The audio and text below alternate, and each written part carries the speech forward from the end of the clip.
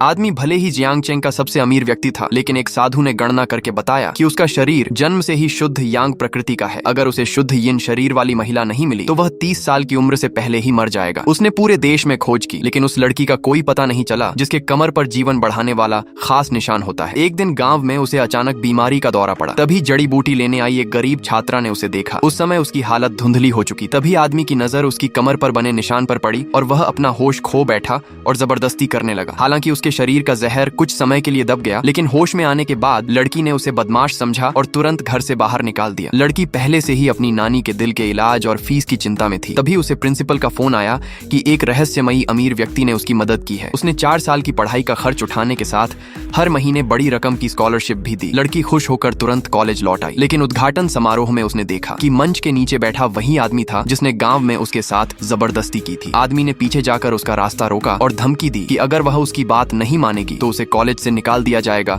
और भारी जुर्माना भी भरना पड़ेगा। यहाँ तक कि उसकी नानी का ऑपरेशन भी उसी के हाथ में है। मजबूर होकर लड़की को झुकना पड़ा। इसके बाद आदमी ने ठंडे अंदाज में एक शादी का प्रमाण पत्र दिखाया और उससे संबंध बनाने की मांग की, नहीं तो वह कभी उसकी पकड़ से नहीं निकल पाएगी। लड़की को लगा कि वह सिर्फ एक खराब इंसान है, लेकिन बाद में उसे पता चला कि आदमी की मजबूरी उसकी जान बचाने की थी। अगर वह ऐसा नहीं करता तो वह मर जाता। उसे यह भी पता चला कि आदमी ने पहले ही उसकी नानी के ऑपरेशन की व्यवस्था कर दी थी और उसके साथ कोई अन्याय नहीं किया। यह जानकर लड़की का दिल बदल गया। आदमी ने उसे बड़ी रकम देकर इसे एक सौदे की तरह खत्म करना चाहा, लेकिन लड़की ने वह पैसा लेकर मंदिर में दान कर दिया और भगवान से प्रार्थना की कि उसका यह नाम का पति सुरक्षित रहे। जब आदमी को पता चला कि लड़की लालची नहीं है और उसके लिए सच्चे दिल से प्रार्थना कर रही है, तो उसका ठंडा दिल पहली बार पिघल गया। उसने अपने महत्वपूर्ण काम छोड़कर कॉलेज के कार्यक्रम में जाने का फैसला किया।